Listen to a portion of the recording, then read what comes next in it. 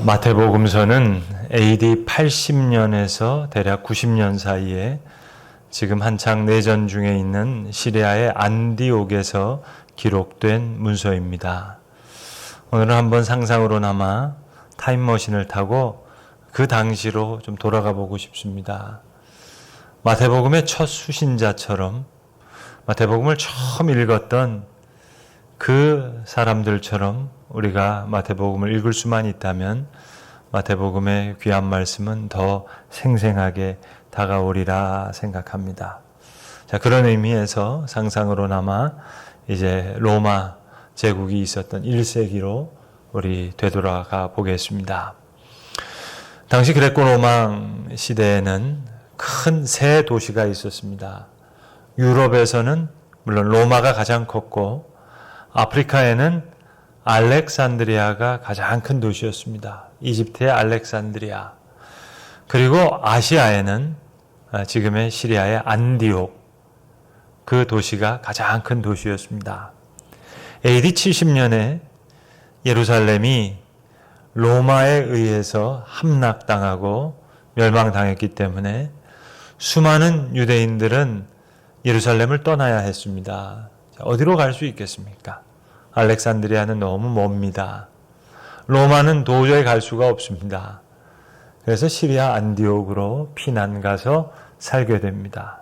그래서 거기서 최초로 크리스천이라는 이름을 얻게 됩니다. 그리스도를 따르는 무리라는 의미였습니다. 우리가 성경을 흔히 성경, 성서라고 이야기하는 이 책인데 성경은 성경 전서입니다.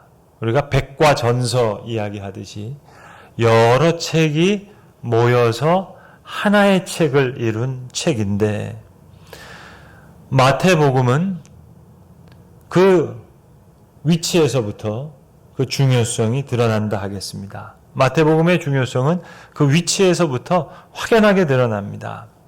신약성경 27권을 결정하는 정경화 과정에서 신약성경의 첫 자리는 언제나 마태복음의 몫이었습니다.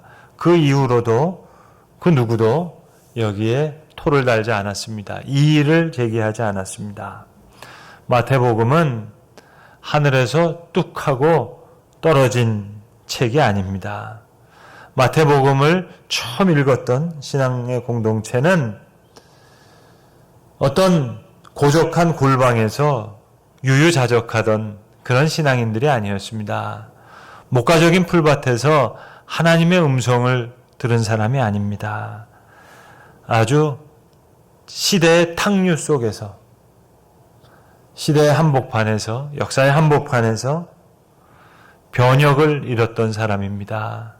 격리된 운둔자적인 생활을 한 사람들이 아니었습니다.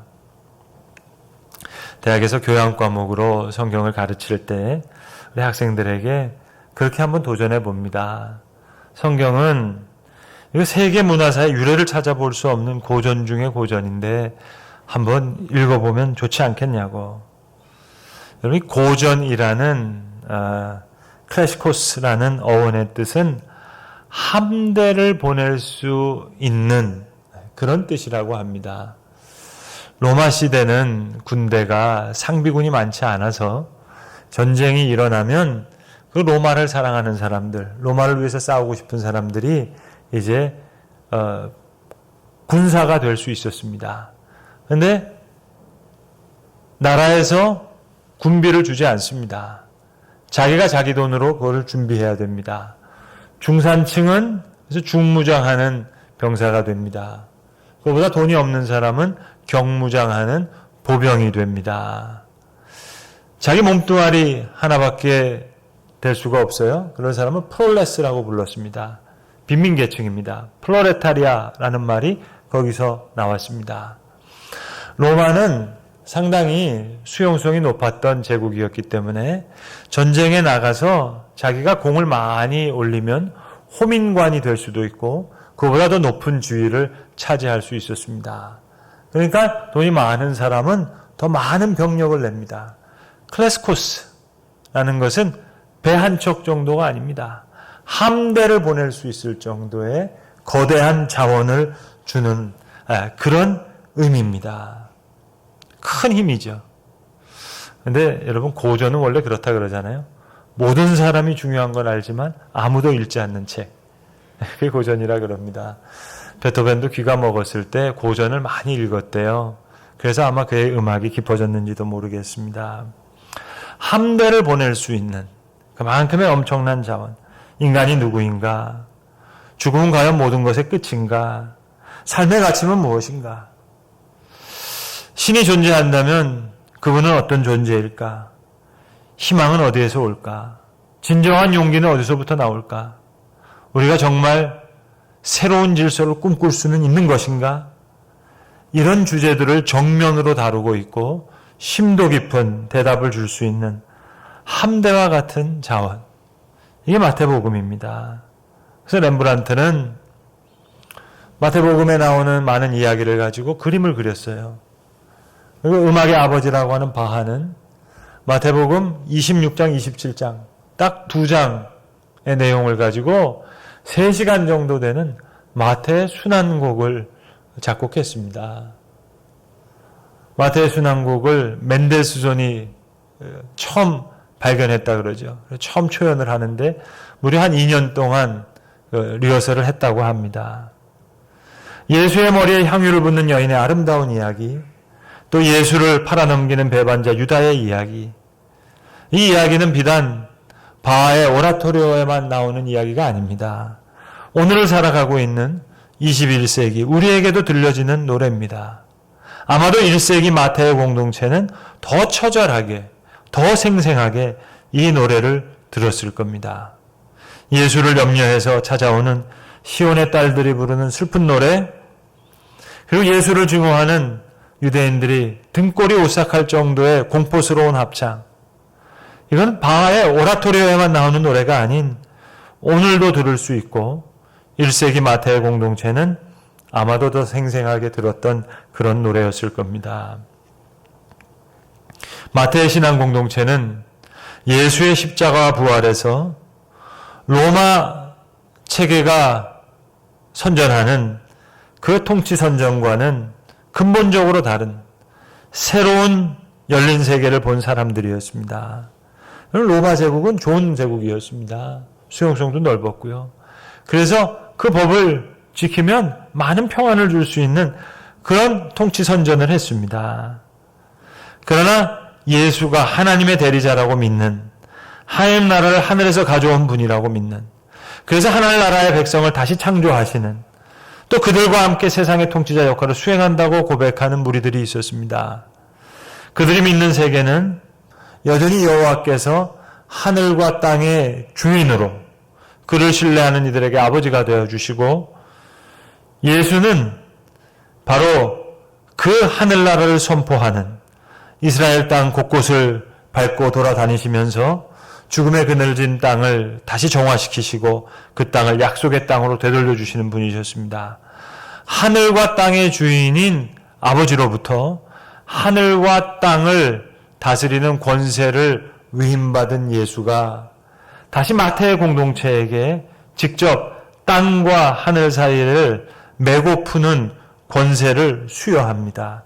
이게 마태복음 18장의 내용입니다. 너희가 땅에서 풀면 하늘에서도 풀릴 것이고 너희가 땅에서 매면 하늘에서도 매일 것이다.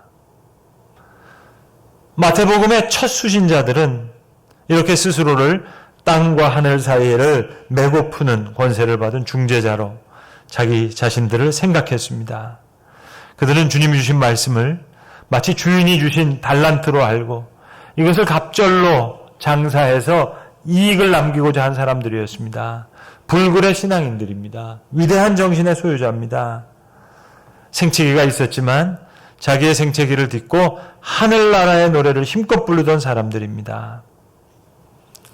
마태복음을 이렇게 읽는 사람들, 여기서 구원의 빛을 발견한 사람들, 마치 동방박사가 하나님으로부터 큰 기쁨을 허락받듯이 저들은 자신이 깨달은 바 진리에 헌신하는 사람들, 어려움을 뚫고 이 길을 추적해 온 사람들, 그리고 자신이 발견한 진리에 자신을 헌신시키는 사람들, 귀중한 것을 거기에 다 바치는 사람, 하늘나라의 부름에 응답하여 길을 떠난 사람들에게 하나님께서는 이렇게 구원의 빛을 보게 해 주십니다. 이러한 마태복음의 이야기를 오늘 마태는 족보 이야기로 시작하고 있습니다. 예수가 누구냐 알려주는 방식으로 유대인들의 족보 형식으로 예수를 설명하고 있습니다. 다윗과 아브라함의 후손으로, 다윗의 후손으로, 이스라엘 백성들이 가장 이상적인 왕으로 이야기하는 다윗의 후손으로 설명하고 있습니다. 여러분, 족보라는 것은 혈통주의를 이야기하는 거 아니겠어요? 정당성, 우리 집안이 이만큼 뛰어나다, 왕의 족보입니다. 그래서 누가 누구를 낳고 누가 누구를 낳고 기록이 되어지는데, 오늘 우리가 읽은 3절에 유다는 다말에게서, 우리가 읽은 5절에는 살몬은 라합에게서 보아스를 낳고, 보아스는 루색에서 오벳을 낳고, 그리고 이새는 다윗 왕을 낳고, 이상한 족보입니다. 혈통주의를 강조하는 족보인데 여기 여성의 이름이 나옵니다. 게다가 라합과 룻은 유대인이 아닙니다. 비유대인입니다. 혈통이 중요하다는 족보에 이상한 이름들이 나옵니다. 또 기구한 인생을 살아갔던 사람입니다. 제가 강대상에서 편안하게 이야기할 수도 없을 정도의 기구한 운명을 살았던 사람들입니다. 간략하게만 소개하자면 라합은 성매매 여성이었습니다. 다말은 자기 남편이 죽어서 혼자 떨어져 나와서 소방 맞았는데, 유다가 누구냐? 자기 시아버지입니다. 참 민망한 얘기입니다. 시아버지와 며느리의 얘기를 버젓이 쓰고 있습니다. 유다는 다말에게서, 룻은 모압 여인입니다. 이스라엘과 원수지간이었습니다. 여러분, 만약 우리 가운데 반일주의자가 있는데 일본을 아주 싫어하는 가문이에요. 근데 며느리를 맞았는데 일본 며느리를 맞았다. 비유하자면 그런 얘기입니다. 자, 이런 룻이 다윗의 할머니가 됩니다. 고유명사 그리고 보통명사가 있습니다. 다윗 왕, 예수 그리스도 두 분에 의해서 그리스도, 기름 부은 왕이라는 겁니다. 다윗과 같은 통치자라는 거예요. 그런데 다윗이 6절에 보면 아들을 낳는데 우리아의 아내에게서 솔로몬을 낳고, 여러분, 다윗이 다윗의 아내에게서 솔로몬을 낳아야지 어떻게 우리아의 아내에서 솔로몬을 낳습니까? 우리아는 다윗의 휘하에 있었던 장군입니다. 우리아는 다윗에게 있어서 죽임을 당합니다. 그래서 밧세바는 사실 다윗의 아내가 됩니다. 그러면 다윗은 다윗의 아내에게서 솔로몬을 낳고 그래도 충분히 될 수 있어요. 근데 굳이 성경은 다윗은 우리아의 아내에게서 솔로몬을 낳았다. 모든 것을 해체시킵니다. 다 뒤흔들어 놓습니다. 도덕주의를 해체하는 족보입니다. 게다가 왕의 족보인데 왕국이 망해요. 11절에 요시아는 바벨론으로 끌려갈 무렵이었다. 나라가 망했대요. 바벨론으로 끌려갈 때까지 14대요. 거기서부터 포로 귀환한 다음부터 14대요. 왕이 되는데 왕조가 망했습니다. 이런 왕의 족보가 어디 있습니까? 이집트의 역사에는 패망의 기록이 없습니다. 왜냐? 이기면 이겼다 기록하고요. 비기면 이겼다고 기록하고요. 짐은 기록을 하지 않습니다. 그러니까 늘 이기는 거예요. 근데 이스라엘이 바벨론, 지금의 이라크입니다. 이라크의 망한 왕조예요. 게다가 야곱은 마리아의 남편인 요셉을 낳고, 요셉을 마리아의 남편이라고 이야기합니다. 그리고 마리아가 예수를 낳았대요. 그리고 족보 지금까지 왜 얘기한 거죠? 누가 누구를 낳고 누구를 낳고 혈통과는 전혀 관계없이 마리아가 예수를 낳았대요. 이 이상한 족보, 이것이 바로 예수가 누구인지를 설명하고 싶은 마태의 신학적인 메시지입니다. 그래야 모든 대수가 14대요, 14대요, 14대다. 이걸 게마트리아라고 하는데요. 아라비아 숫자는 12세기부터 나왔습니다. 그러니까 그 이전에는 알파벳에 숫자가 있었습니다. 그래서 알파벳을 가지고 숫자를 표현하는 방식, 이걸 게마트리아라고 하는데요. 다비드, 그러면 디귿, 비읍, 디귿, 이게 각각 숫자가 있습니다. 알파벳에 4, 6, 4. 예수는 다윗과 같은 통치자라는 걸 설명하는 겁니다. 성공주의, 엘리트주의, 도적적 자기중심주의, 그걸 모두 부인하는 대단히 역설적인 왕입니다. 다윗 왕의 후손이라고 쌓아놓고는 온전히 그걸 다 뒤흔드시는 거예요. 그리고 지금을 바빌론 포로의 연장으로 생각합니다. 그리고 21절에 아들을 낳으리니 이름을 예수로 하라. 이는 그가 자기 백성을 그들의 죄에서 구원할 자이심이라.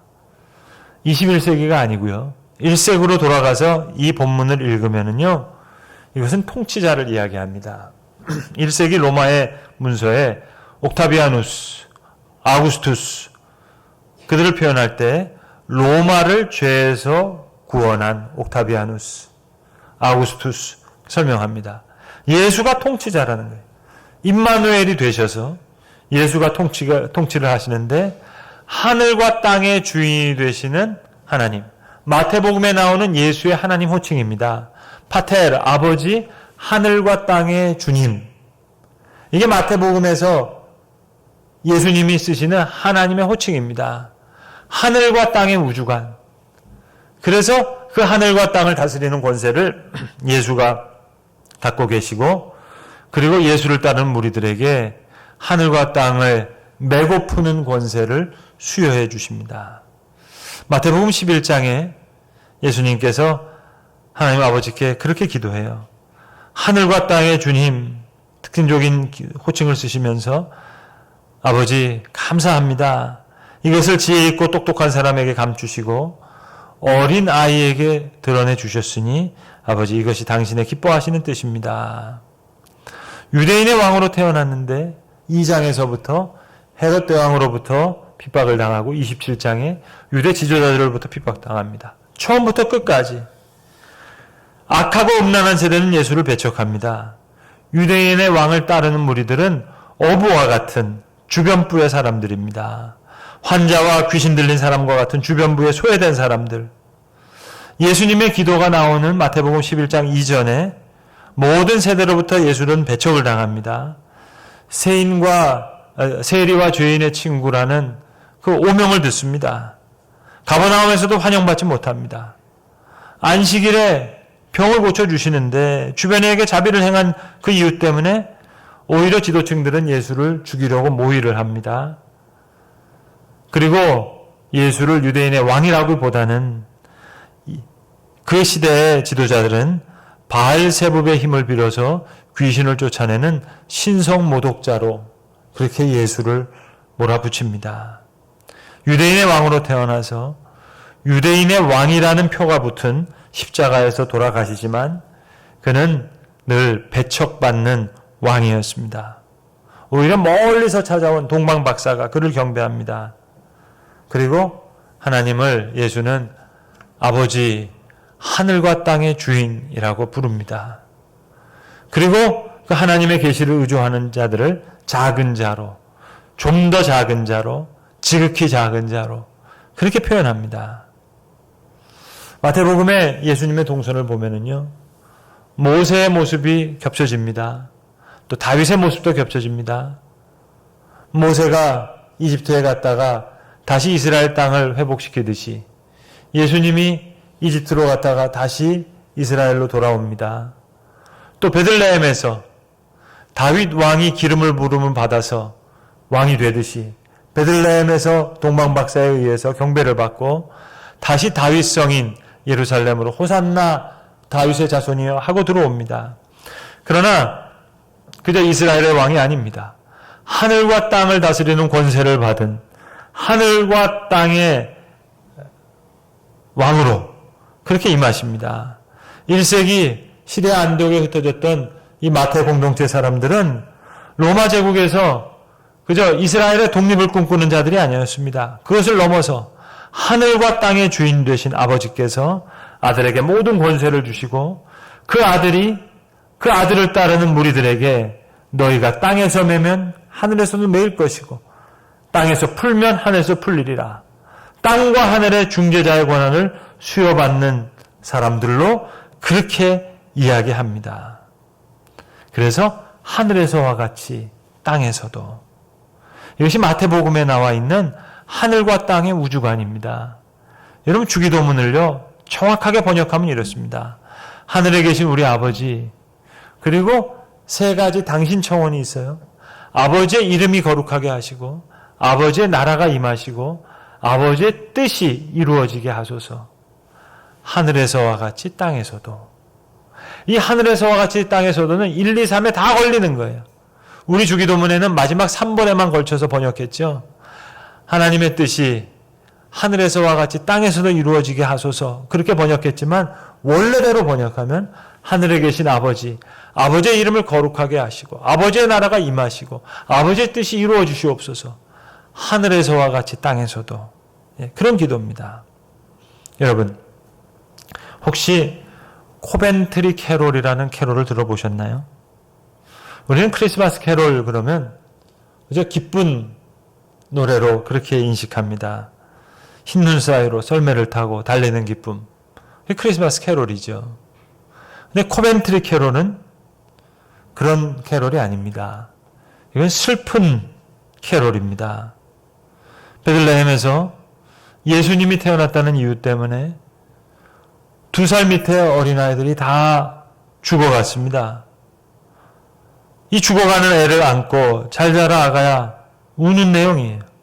그게 코벤트리 캐롤입니다. 여러분 구세주가 태어났는데 구원의 역사를 이루시기도 전에 수많은 아이들이 죽었어요. 구세주시라면서요. 그런데 왜 아이들이 이렇게 죽었죠? 예수의 생애는 어찌 보면 이 무거운 질문에 대한 대답을 주는 생입니다. 이 죽음에 어떻게 응답할 것인가? 예수는 이 질문에 대한 답을 주는 그런 놀라운 생을 살아갑니다. 예수는 난민의 가족이 돼서 길을 떠납니다. 왕으로 태어났는데 난민이에요. 태어나자마자 동방박사로부터 경배를 받았는데 이 만왕의 왕이 이집트로 피난 떠나는 난민의 모습으로 마태복음은 예수가 그려집니다. 그리고 그 예수는 하늘나라로 하늘 백성을 초청하시는 거예요. 자, 성도 여러분, 다시 타임머신을 타시고 오늘로 돌아와 볼까요? 오늘 살고 있는 우리의 이 시대, 1세기와는 하늘과 땅의 차이입니까? 그렇겠죠. 비행기가 날아다니고 전자기기가 통치하는 세상처럼 보이니까.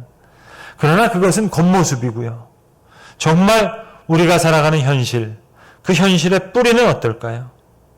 타임머신을 타고 갔던 그 시대와 본질적으로는 거의 유사한 세계를 우리가 살고 있지 않습니까? 왕의 족보 속에 있지만 바벨론 포로와 같은 그런 시간들을 보내고 있지는 않나요? 왕이 오셨는데 수많은 교회와 성도들이 이 땅에 있는데 흰눈 사이로 썰매를 타고 달리는 기쁨, 코벤트리 캐롤을 불러야 되지 않을까요? 진리를 찾아 먼 길을 떠난 현자들에게 그런 하나님께서는 구원의 빛을 비춰주시는 거예요. 이건 슬픈 노래가 아닙니다. 유다의 배반의 이야기, 베드로의 나약한 이야기, 빌라도의 우유부단한 이야기. 그러나 그 속에 향유 옥합을 깬 여인의 이야기는 저 베들레헴의 밤하늘을 반짝이게 했던 구원의 별처럼 반짝반짝 빛납니다. 예수를 염려해서 찾아왔던 시온의 딸들이 부르는 슬픈 노래는 슬픈 노래가 아닙니다.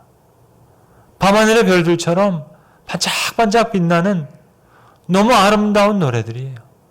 그런 노래를 부르면서 예수의 길을 따라가는 자에게 하나님께서는 동방박사에게 큰 기쁨을 허락하셨듯이 그들에게 구원의 빛을 보게 하십니다.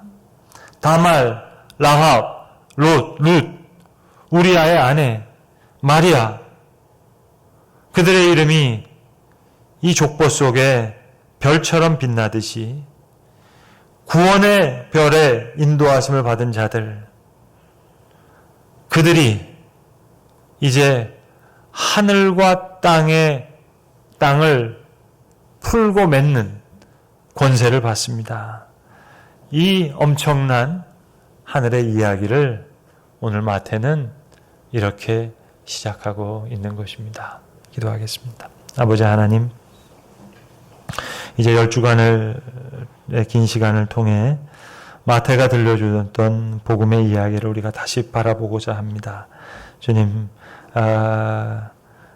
이 말씀 속에 구원의 빛을 찾게 하시고 또 그 구원의 빛을 따라가는 자에게 하늘과 땅을 메고 푸는 권세를 주님 허락하여 주셨던 것을 생각하며 이 하늘 이야기를 다시 우리의 심령 가운데, 우리 영혼 가운데 써내려가는 그 생명의 노래를 다시 부를 수 있는 주의 사람으로 살게 하여 주시옵소서. 우리 주 예수 그리스도의 이름으로 기도합니다. 아멘.